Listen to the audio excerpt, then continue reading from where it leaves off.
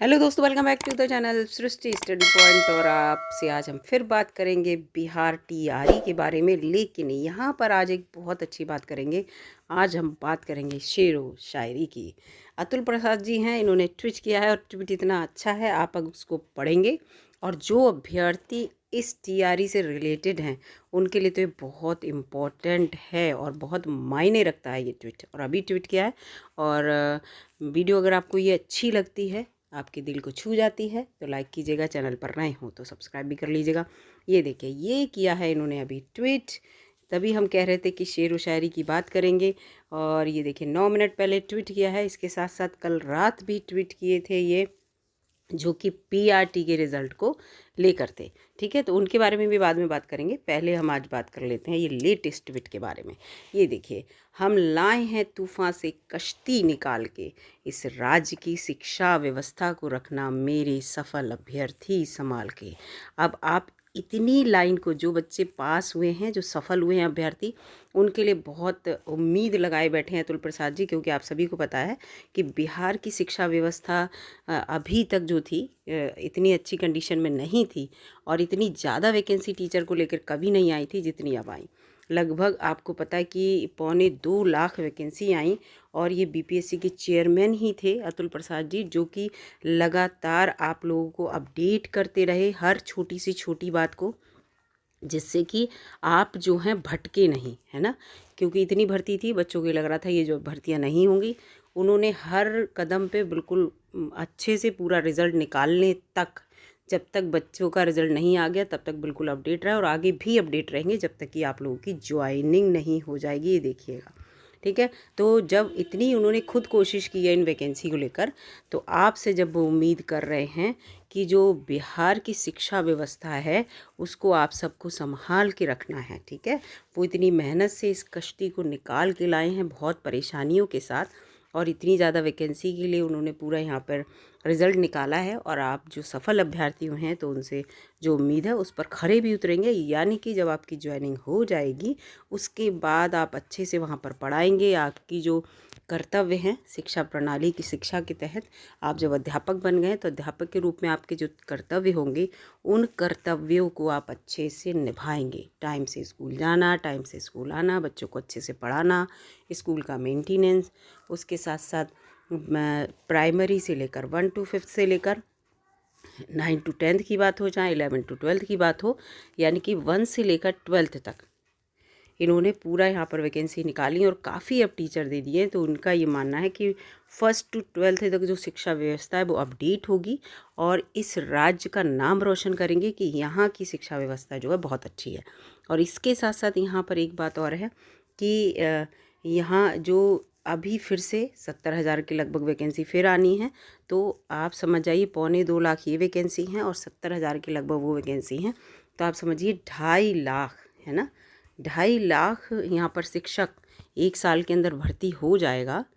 तो खुद ही समझिए कि शिक्षा व्यवस्था निश्चित रूप से सुधरनी चाहिए। आपके दिमाग में ये नहीं होना चाहिए कि जब एक बार नौकरी मिल गई तो अब बस ठीक है, सरकारी नौकरी में हम आ गए और बस इसमें जो हमारे कर्तव्य हैं उनकी तरफ ध्यान ना दें। तो फिलहाल इनका आप लोगों से पूरी उम्मीद है। और इसी के साथ साथ आप सभी को इन्होंने देखिए सफल अभ्यर्थी जो हुए हैं उनको बहुत बहुत बधाई दी है।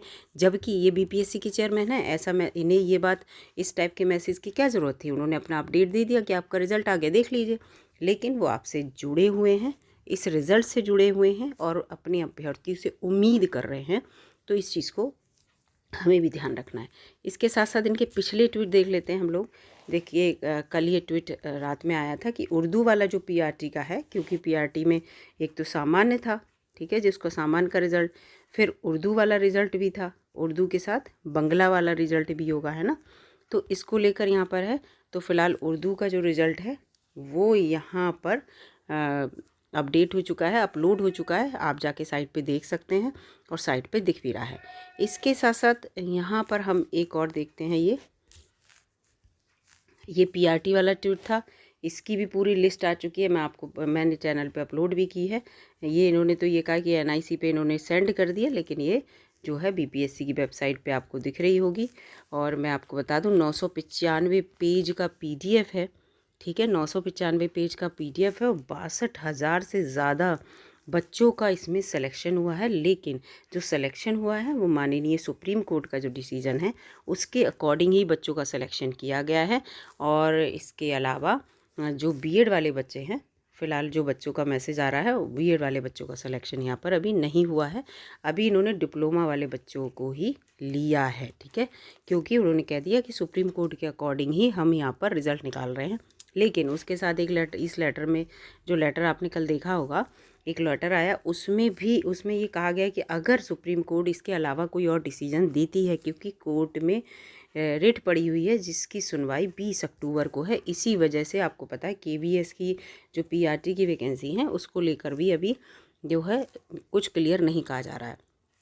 20 अक्टूबर की सुनवाई के बाद ही कंफर्म हो पाएगा कि रिज़ल्ट में क्या होगा। फ़िलहाल ये फाइनल रिज़ल्ट ही समझिए, क्योंकि बीएड वालों को जब सुप्रीम कोर्ट ने पहले जो है इसको एलिजिबल नहीं माना है, तो इस बार हो सकता है डिसीजन में 1% चांस ही हैं कि चेंज करे।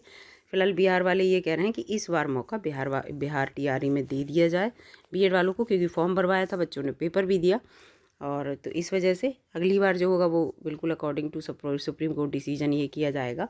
लेकिन देखते हैं क्या होता है। और मिशन इम्पॉसिबल अकम्प्लिश, ये जब लाइन लिखी थी तभी मुझे समझ में आ रहा था कि कितनी विषम परिस्थितियों में 1 to 5 वाला रिज़ल्ट निकाला होगा, क्योंकि आपको पता है जब से 1 to 5 का सुप्रीम कोर्ट का डिसीजन आया तब से बच्चे भी असमंजस में थे, और इसके साथ साथ जिन्होंने परीक्षा कराई थी वो भी असमंजस में थे, है ना। तो इसलिए थोड़ी दिक्कत वाली बात थी।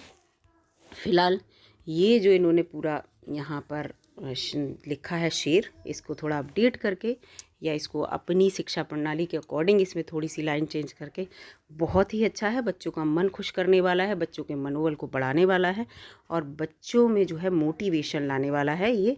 तो इससे ये है कि बच्चे जो हैं अगर वो ज्वाइनिंग करेंगे, बच्चे का मतलब जो अब टीचर बन जाएंगे वो ज्वाइन करेंगे, तो निश्चित रूप से अपनी जो जितने भी कर्तव्य हैं उन्हें अच्छे से जो है निभाएंगे, और अतुल प्रसाद जी को बिल्कुल निराश नहीं होने देंगे।